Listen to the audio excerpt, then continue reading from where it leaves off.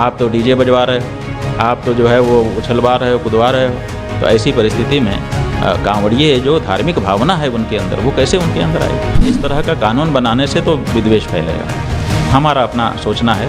बहुत से हिंदू इसमें कह सकते हैं कि देखो ये फिर ऐसी बात कर रहे हैं अवमुक्तेश्वरानंद, लेकिन जो सच है वही तो हम कह सकते हैं। क्योंकि मुसलमान की दुकान है, हिंदू नौकर है, बनाने वाले सब हिंदू हैं, और मालिक जो है गल्ला पे बैठ करके मालिकाना कर रहा है। अब नाम लिख दिया गया कि ये, और उस दुकान में अब उस दुकान में इसका आर्थिक असर पड़ेगा। फिर दूसरी बात यह है कि अब जब हिंदू मुसलमान की भावना आप तेज करोगे, तो अभी मुसलमान मालिक ने हिंदू कारीगर रखे हैं, हिंदू मालिक ने मुसलमान भी कारीगर रखे हैं। अब उनको दोनों के अंदर भेद आ गया। हम ये मानते हैं कि जो हमारी आचरण की पवित्रता है वो अंतःकरण से आती है। अगर हमको पवित्र जीवन जीना होगा तो कोई हमको मजबूर नहीं कर सकता। कोई ऐसा कानून नहीं है संसार में जो किसी को पवित्र जीवन जीने के लिए मजबूर कर दे या पवित्र जीवन छोड़ने के लिए मजबूर कर दे। असल में पवित्र जीवन जीना कि अपवित्र जीवन जीना, ये अंतःकरण से, व्यक्ति के अंदर से बात आती है। देखिए, हम लोग सुने थे एक दृष्टांत कि एक राजा था। उस राजा ने एक पंडित जी का साथ किया। पंडित जी ने कहा कि अपने हिंदू धर्म में संध्या का बहुत महत्व है, प्रातः काल होते ही संध्या कर लेनी चाहिए, ये बहुत ज़रूरी होता है। तो सूर्योदय के आसपास थोड़ा पहले थोड़ा बाद तक में संध्या हो जानी चाहिए। तो उसने संध्या का महात्म्य सुना, कहा कि बहुत बिल्कुल सही कह रहे हैं आप, ऐसा ही होना चाहिए। तो उसने अपने राज्य में आदेश पारित कर दिया कि राज्य का कोई भी व्यक्ति सूर्योदय के थोड़ा पहले थोड़ा बाद तक में संध्या करता दिखाई देगा, अगर नहीं दिखाई देगा तो सिर कलम कर लिया जाएगा। तो सब लोग संध्या करने लगे। भाई ठीक है, राज आज्ञा है, कोई क्या करेगा, तो मानना ही पड़ता है सबको। तो एक पंडित जी थे, वो पहले से भी संध्या करते थे, उनको राज आज्ञा की ज़रूरत नहीं थी, लेकिन तबीयत बिगड़ गई, पेट खराब हो गया अचानक। अब जिस समय वो संध्या का समय आया, सूर्योदय के आसपास का, उसी समय उनको हाजत आ गई। अब वो क्या करें? वो तो संध्या वाले ही थे पहले से, लेकिन परिस्थिति भी तो होती है, शरीर की परिस्थिति बन गई। अब उनको भागना पड़ा लोटा लेकर के, पानी लेकर के। पहले बाहर जाते थे लोग तो भागे, अब जा करके एक मेड़ के पीछे बैठ करके वो शौच करने लगे। उसी समय राजा के सिपाही निकले तलवार नंगी लेकर के कि जो संध्या करता नहीं दिखेगा उसका सर कलम कर लीजिए जाए। अब वो बेचारे शौच कर रहे थे। अब उन्होंने देखा कि पुलिस, अब क्या करें? तो फिर उन्होंने वो जो आपदस्थ के लिए, माने पानी छूने के लिए जो लोटा भर करके ले गए थे, उसी पानी से मंत्र पढ़ना शुरू कर दिया और माथे पे छिड़कना शुरू कर दिया। अपवित्र पवित्रो वा आदि, माने जो संध्या के मंत्र पढ़े जाते हैं। और सैनिकों ने सुना, हाँ हाँ संध्या का मंत्र बोल रहा है, ठीक ठीक, चलो, चले गए। अब आप बताइए कि इस तरह से संध्या होती है? ये तो संध्या नहीं है ना।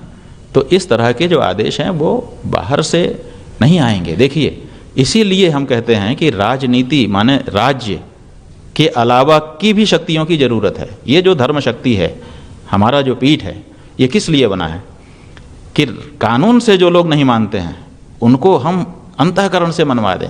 हम उनकी ऐसी समझाइश करें कि जिससे वो अपने आप अपराध से बच जाएं।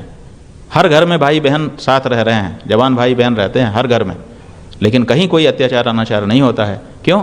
क्योंकि उनकी समझ ऐसी बन गई कि ये मेरी बहन है, वो उसको मेरा भाई है। कभी जीवन में विचार ही नहीं आते ऐसे जिससे कुछ गड़बड़ी होने की आशंका हो।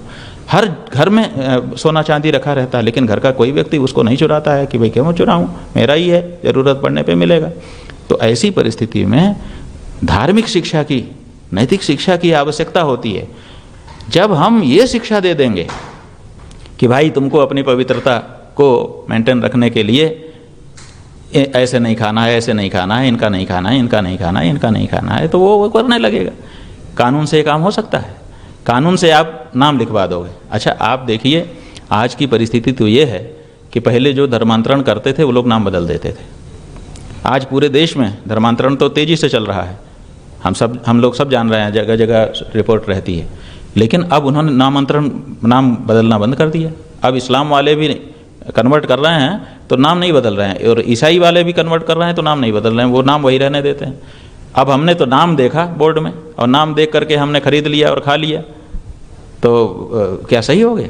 फिर दूसरी बात यह है कि जो वस्तु हम ले रहे हैं, जैसे फल की दुकान में आप नाम लिखवा रहे हो, अब वो फल किसने तोड़ा, किसने पाला, किसने उसमें पानी सींचा, क्या किया, कैसे आया, कैसे गया, पैर में रखा रहा कि सिर में रखा रहा, कुछ पता रहता है?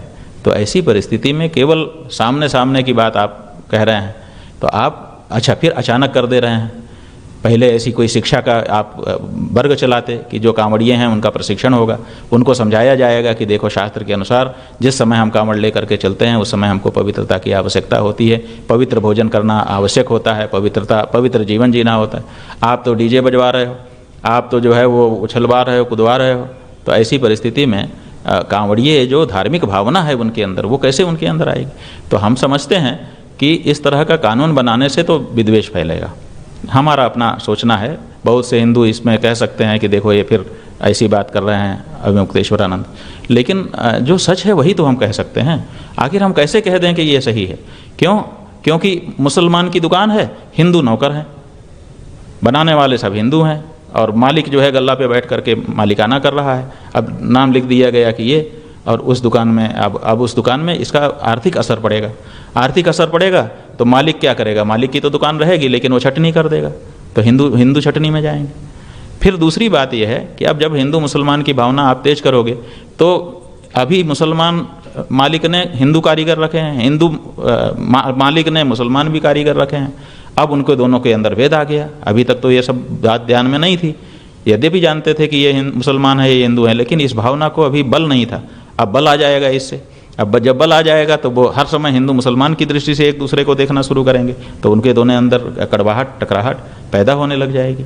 तो ये सब पवित्रता कितनी मेंटेन होगी इसका पता नहीं। अच्छा, आज परिस्थिति ये है कि लोगों की समझ ऐसी हो गई कि कोई कहीं भी खा रहे हैं, उनका विचार ही नहीं है कि किसने इसको छुआ है, किसने इसको बनाया है, किस भावना से बनाया है, ये सब सोच ही नहीं रहे हैं लोग। उनको भूख लगती है, बस जो सामने दिख गया जाके खरीद के खा लेते हैं। पहले हम लोग विचार करते थे, हम लोग तो आज भी इस बात का विचार करते हैं कि कहाँ खाना है, कब खाना है, कैसे खाना है, आदि आदि। लेकिन अब आम जो हिंदू है वो ये सब विचार करता नहीं है, और ऐसी परिस्थिति में उसको समझाइश तो ठीक से दी नहीं गई। लोगों को भी इस बारे में ठीक से अवेयरनेस लाई नहीं गई कि भाई असल में इसके पीछे ये भाव है, और इसमें किसी को भेदभाव डालने की, हमारी किसी को नीचा दिखाने की ऐसी कोई भावना। ऐसा वातावरण एक बनाया जाना चाहिए, और उसके बाद इस तरह से कुछ किया जाता तो शायद ज़्यादा कारगर रहता।